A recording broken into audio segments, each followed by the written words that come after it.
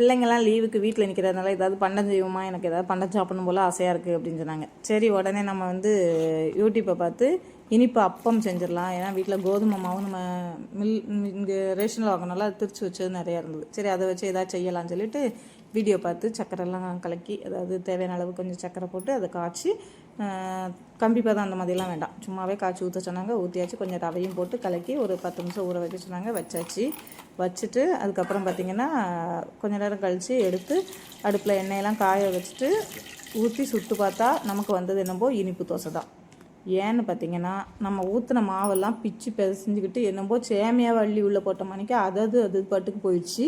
கடைசியில் பார்த்தேன், சரி 2 கரண்டி மாவுக்கு மேலே வேஸ்ட் பண்ணக்கூடாதுன்னு சொல்லிட்டு அதனால் நம்ம நான்ஸ்டிக்கில் வச்சு இனிப்பு தோசையாக சுட்டு எடுத்தாச்சு.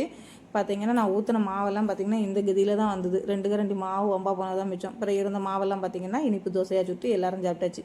இன்றைய ஸ்பெஷல் பார்த்திங்கன்னா லீவுக்கான இனிப்பு தோசை தான். எப்படி இருக்குதுன்னு பாருங்கள். நீங்களும் முடிஞ்சால் உங்கள் வீட்டில் ட்ரை பண்ணி பாருங்கள். கண்டிப்பாக எண்ணெயில் ஊற்றாதீங்க. தயவுசெய்து தோசைக்கல்ல ஊற்றி தோசையாக சுட்டு எடுத்துருங்க, இனிப்பு தோசையாக.